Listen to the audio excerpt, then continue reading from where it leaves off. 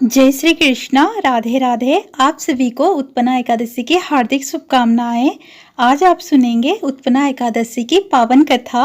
युधिष्ठिर कहने लगे कि हे भगवान, आपने हजारों यज्ञ और लाख गोदान को भी एकादशी व्रत के बराबर नहीं बताया, सो यह तिथि सब तिथियों से उत्तम कैसे हुई, बताइए। भगवान कहने लगे, हे युधिष्ठिर, सतयुग में मूर नाम का दैत्य उत्पन्न हुआ। वह बड़ा बलवान और भयानक था। उस प्रचंड दैत्य ने इंद्र, आदित्य, वसु, वायु, अग्नि आदि सभी देवताओं को पराजित करके भगा दिया। तब इंद्र सहित सभी देवताओं ने भयभीत होकर भगवान शिव से सारा वृत्तांत कहा और बोले, हे कैलाशपति, मूर दैत्य से भयभीत होकर सब देवता मृत्युलोक में फिर रहे हैं।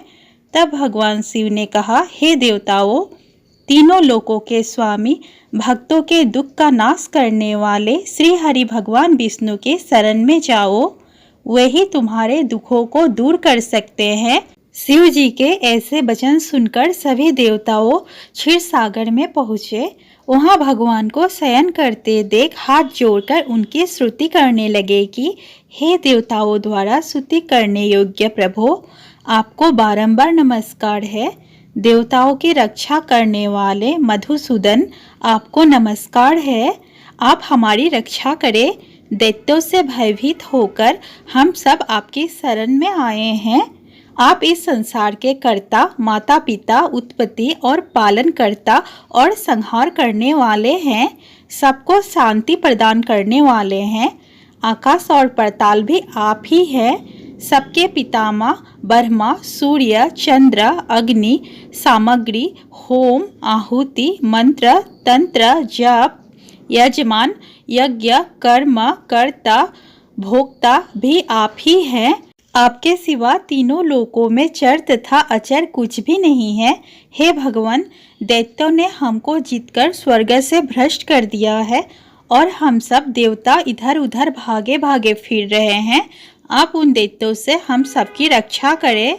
इंद्र के ऐसे वचन सुनकर भगवान विष्णु कहने लगे कि हे इंद्र, ऐसा मायावी दैत्य कौन है जिसने सब देवताओं को जीत लिया है? उसका नाम क्या है? उसमें कितना बल है और किसके आश्रय में है तथा उसका स्थान कहाँ है? यह सब मुझसे कहो।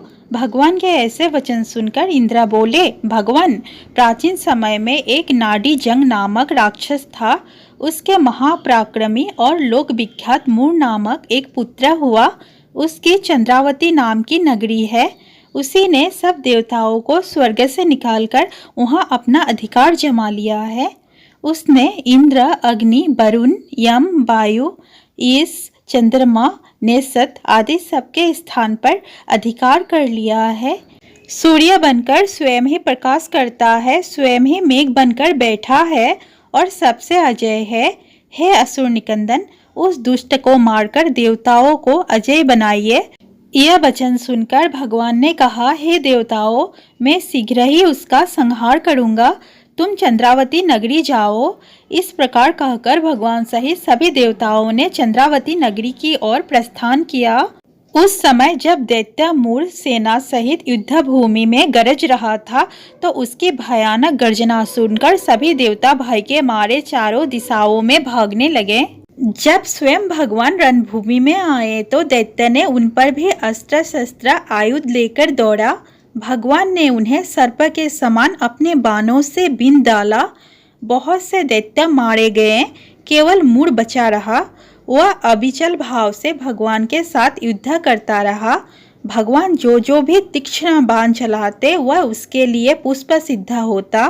उसका शरीर छिन्न भिन्न हो गया, किंतु वह लगातार युद्ध करता रहा। दोनों के बीच मल्लयुद्ध भी हुआ। 10,000 वर्ष तक उनका युद्ध चलता रहा, किंतु मूर नहीं हारा। थककर भगवान बद्रिकाश्रम चले गए। वहाँ हेमवती नामक सुंदर गुफा थी। उसमें विश्राम करने के लिए भगवान उसके अंदर प्रवेश कर गए। यह गुफा 12 योजन लंबी थी और उसका एक ही द्वार था। विष्णु भगवान वहाँ योग निद्रा की गोद में सो गए। मूर भी पीछे पीछे आ गया और भगवान को सोया देखकर मारने को उद्यत हुआ। तभी श्री हरि भगवान के शरीर से उज्जवल कांतिमय रूप वाली देवी प्रकट हुई। देवी ने राक्षस मूढ़ को ललकारा, युद्ध किया और उसे तत्काल मौत के घाट उतार दिया। श्री हरि जब योग निद्रा की गोद से उठे तो सब बातों को जानकर उस देवी से कहा कि आपका जन्म एकादशी के दिन हुआ है, अत आप उत्पन्ना एकादशी के नाम से पूजित होगी। आपके भक्त वही होंगे जो मेरे भक्त होंगे। प्रेम से बोलिए श्री हरि भगवान विष्णु की जय, एकादशी माता की जय। दोस्तों, वीडियो अच्छा लगा हो तो प्लीज़ वीडियो को लाइक, शेयर और चैनल को सब्सक्राइब करना ना भूलें। धन्यवाद।